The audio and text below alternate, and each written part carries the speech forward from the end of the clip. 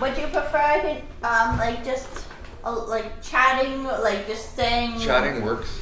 Yeah, Or I mean, what like, are the other options? I would mean, like, do you prefer just like talking in general about Dragon Boat, like whatever you feel like saying, or would you rather me ask you specific questions, or we could do both, or I don't know, depends how comfortable you feel and stuff like that, or you might just drop I don't like. know, yeah, because I don't know what you're interested in. So whatever, I guess if you want to use that as a Kind of guide. whatever you're interested in saying, but this is just a guide of whatever we happen to start talking about it. Okay, sure.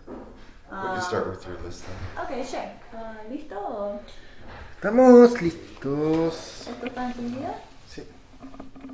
¿Seguro? Entonces, ¿Es una nueva toma? Okay. Okay, so you can start by saying your name and where you're from and what club you're with. Okay. My name is James McMillan. I'm from Toronto, and I paddle with a team called the Mojos. And so how much time have you been doing Dragon Boat? I started about 10 years ago when I got a job in a hospital, and my personal life was a bit chaotic, and I think I was looking for some structure, and someone said, you want to try this, it would be fun. And so I tried it, and it was not fun, but it gave me a lot of structure, and I really got into it. And after about 6 years, it started to get fun. So that was good. And it just gave me a nice structure for my life, and I did enjoy the workouts and my first coach said it takes about 7 years to learn how to paddle. And I thought, well, that sounds ridiculous. It's just putting a paddle in water, and how difficult could that be? But now it's been 10 years, and I see what he means. There's a lot of stuff to learn. How many years have you been on the national team? This is my second time on the national. So I was on the national team in Hungary in 2013, and so this is the next team, 2015. And are you in the mixed boat as well, or sometimes? No, I don't think so. Couple of practices, but I don't think so. No. And how much training do you do each week? Probably about 5 days a week. I paddle ever since the ice has been off the water in May, probably paddling at least 4-5 times a week. A couple of times in a dragon boat, a couple of times in an outrigger canoe. And in the gym a couple of times a week. That goes up in the winter time. But yeah, it feels like sort of a full-time commitment, yeah. Do you find it hard? Are you retired or are you still working? I'm still working. Do you find it hard to balance everything? Yes, I do. And another paddler told me a couple of years ago, he said that he had heard from a guy who paddled, a really good paddler, that he said if you really want to succeed in paddling, you can't focus on your family, you can't focus on your career, and you can't focus on your marriage, which is difficult, but and my wife wouldn't want to hear that. But it does take up a lot of time, yeah.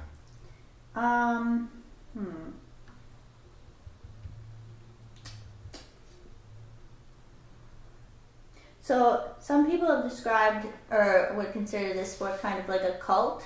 What's your opinion on that, or people's enthusiasm? Well, I've never seen any human sacrifice involved, but it's. I guess it is one of those passions that people get all worked up about it, but most people have never heard of it, so it's a very specific passion, I guess, in that way, but it's not cultish in it. I don't think people think they're better than others or worship devils or anything like that. There's no God. No. So what would you say is your motivation to keep dragon boating, since there is no glory really outside of the people that do dragon boat or money involved? You do value the camaraderie with others, and like I say, it's something to keep you in shape, and it does give your life some structure. And I love paddling on the water. Like, I do love the activity of being out on the water. There's something about it that's very calming, and when you're not racing, it's not calm when you're racing, but when you're just out there in the rain paddling away, it clears the mind. I work in a like I do counseling adolescents, and it can get really emotionally intense, and so this is just a way of clearing the mind. It's nice. And do you plan on carrying on Dragon Boat till you can't, or? In some capacity, yeah. I've been paddling more and more outrigger canoe, so which is a more individualistic kind of thing, I guess. But I'm going to keep going as long as my wife lets me, I guess.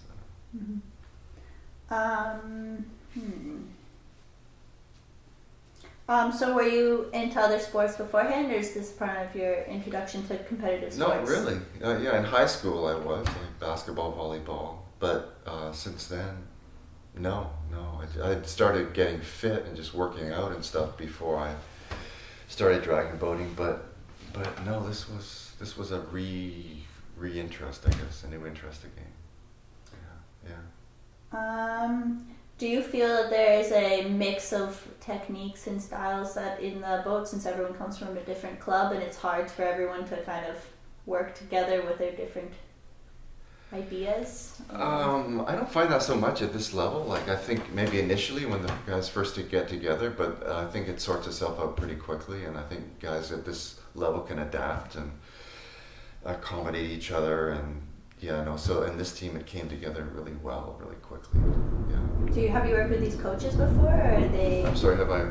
The coaches? Yeah. Have you worked with them before, or? Yeah, well, I paddled with the Canadian Senior Dragon Boat Club, CSDC, the men's boat on and off for a few years, so I'm familiar with Pete Badai, the coach of the team. So, and I really have a deep respect for his knowledge and his coaching techniques. So there's a good fit there. What haven't we covered? Is there anything else you want to add, or anything you feel like we haven't talked about that you'd like to include? I guess other people probably mention this too. Just maybe it's related to the thing you said about being a cult, but I've paddled not necessarily at the national level, but I paddled in Taiwan and paddled in Israel and different places, and it is a really neat way of connecting with a local population and culture that is very different than if you were a tourist. So that was fun. So that's another aspect of it, I guess. It's getting to know different people in different parts of the world. Something in common. Yeah. Cool. Do you have any superstitions, or what was the word we were using, or things you do before going onto a race that you, like every time, that you believe assist you in winning? I don't think it would be called superstition. I mean, I definitely like to Or have ritual. It's more of a ritual. well, routines. I don't even know if I go as far as rituals, but it's more like routines. Like I want to make sure that it seems like such a simple activity, getting on a boat with a paddle and paddling, and yet there's so much you have to do, like in terms of your warm up, in terms of making sure you have the right gear and not forgetting certain other gear, and making sure that your warm up is really thorough, and not forgetting your sunglasses, where are they, and it's like all this stuff that you can really screw yourself up around. So I sort of have a list of stuff I go through. And a veteran paddler, the last Worlds, I was in the boat getting ready to start the race, and he put his hand down his pants and he pulled out a little piece of sandpaper, and he was stroking the shaft to get so it wouldn't be slippery. So that was a little trick. So ever since then, I bought this kind of sandpaper, and now that's what. So if you see my hand going down my pants, it's to get the sandpaper and make sure that I have a grip, because I don't want to lose a grip on the paddle. So there's little stuff like that. So, yeah. Final question. So this competing in the Worlds is a pretty big challenge competition. What would you say, aside from Dragon Boat, is your biggest challenge or competition in life? In life? Or at this point in life? At this point in life? Well, I'm looking at the horizon of life at this point, and I'm approaching 60, retirement, I guess, is probably a big thing for me because it used to always be way out there somewhere, and now it's closer. And I'm sort of thinking, well, what am I going to do with life beyond work? And so that's probably my biggest challenge, just making that adjustment to a new kind of identity. And probably paddling has helped there too, because I know I'm going to keep paddling even when I retire. So there's going to be one thing in my life, and hopefully the relationships are still going to be in my life. So that's good. That's about it. Cool. ¿Algo más? O... Me gustaría saber si tiene alguna relación con la música, si sabe tocar algún instrumento musical, o le gusta algún grupo de música o algo. Okay. So, ask you, do you have any relationship with music? Do you play an instrument? Do you have a band that you love, or? I love music.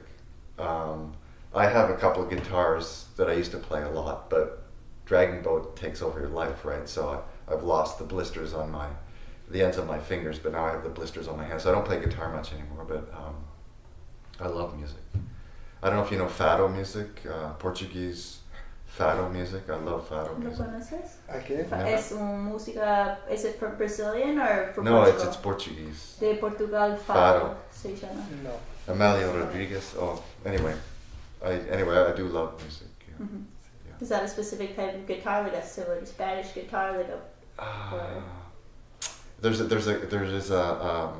Portuguese guitar which is a little bit different than it's almost like a mandolin kind of thing, Portuguese mandolin. Pero no toca la guitarra. Sí, él dice que tiene mucha guitarra. And there's a Argentinian named Eduardo Falu. Falú. Sí. I like him a lot. Yeah. Sí, Yeah. es muy bueno. I love his music. Yeah. Oye, absoluto. Decir si no se anima a tocar la guitarra ahora, no. No, I would not be good.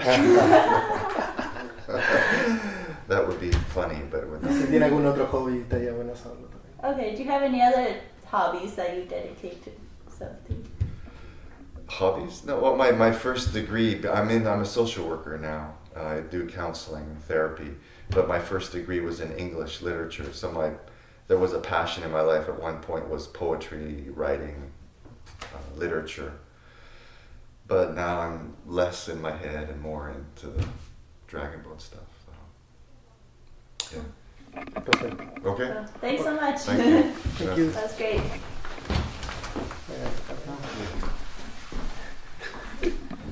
So I hear you're going to be the new Michael Moore. Is that right? So, Michael, what? No.